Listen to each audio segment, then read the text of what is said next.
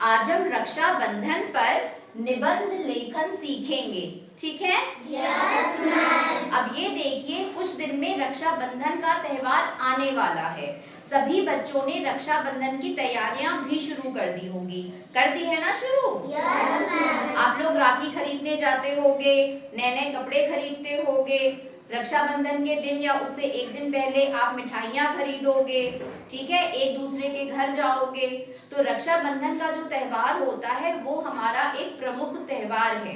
तो यहाँ पर रक्षाबंधन के विषय पर ही मैंने ये निबंध लिखा है।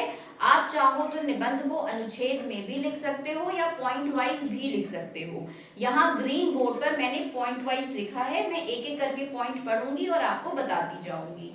पहला पॉइंट है, रक्षाबंधन हिंदुओं का एक पवित्र एवं प्रमुख त्योहार है। तो रक्षाबंधन क्या है? हिंदुओं का त्योहार है। और कैसा त्योहार है? एक पवित्र त्योहार है और प्रमुख त्योहार है। इसको लगभग सभी हिंदू लोग मनाते हैं। और उस दिन क्या होता है? बहनें अपने भाइयों को राखी बांधती हैं। सब लोग राखी बांधते हो ना अपने भाइयों को? Yes ma'am. ठीक है। अब दूसरा पॉइंट, और ये भी देखिए, मान लीजिए किसी की बहन अगर नहीं है तो वो किसी आसपास में अगर किसी को बहन मानता है तो उससे भी वो राखी बंधवा लेते हैं, है ना? उसके बाद दूसरा पॉइंट, इस दिन सभी बहनें अपने भाइयों को रक्षा सूत्र राखी बांधती हैं। और इस दिन क्या होता है? सभी बहनें जो होती हैं वो अपने भाइयों को रक्षा सूत्र यानी कि राखी बांधती हैं। और राखी को हम लोग रक्षा सूत्र क्यों बोलते हैं? क्योंकि राखी का मतलब होता है, जब बहनें अपने भाइयों को बांधती हैं तो वो ये मानती हैं कि भाई उनकी रक्षा करेंगे। कोई भी मुसीबत आएगी, कुछ भी होगा तो उनके भाई उनका साथ देंगे। जो भाई बहन का रिश्ता होता है वो बहुत ही अच्छा होता है। हमेशा वो जीवन भर एक दूसरे की मदद करते हैं। और जो ये रक्षाबंधन का त्योहार है वो इसी चीज को दर्शाता है, भाई बहन के प्रेम को, ठीक है। अब तीसरा जो पॉइंट है, राखी बांधने के साथ ही बहनें अपने भाइयों की कुशलता की कामना करती हैं। और बहनें भी क्या करती हैं? भाई क्या करते हैं? भाई कहते हैं कि हम तुम्हारी रक्षा करेंगे। और बहनें जब राखी बांधती हैं, भाइयों को तिलक लगाती हैं, तो वो क्या करती हैं कि मेरा भाई बहुत अच्छा रहे जीवन में। कुशलता मतलब उसके अच्छे भविष्य की कामना करती हैं, ठीक है। सब बच्चों को ये पॉइंट समझ में आए तीनों?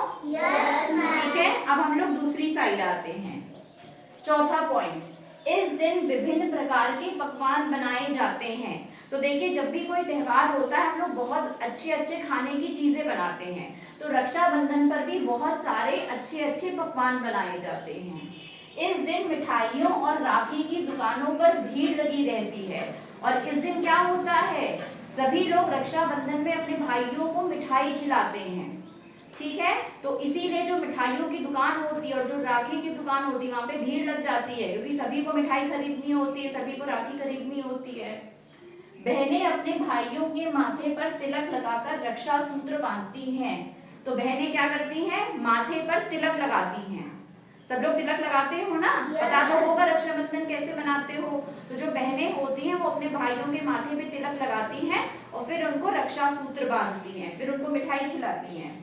भाई उन्हें उपहार देते हैं और बदले में भाई क्या करते हैं? उन्हें उपहार देते हैं। आप कुछ भी दे सकते हो, पैसे देते हो या कुछ और चॉकलेट दे देते हो, कोई गिफ्ट लाके दे देते हो।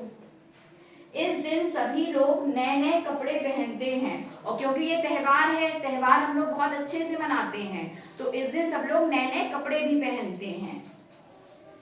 यह त्योहार भाई बहन के प्रेम का प्रतीक है। और जैसा कि मैंने बताया आपको, ये जो है किसका प्रतीक है? ये त्योहार भाई बहन के प्रेम का।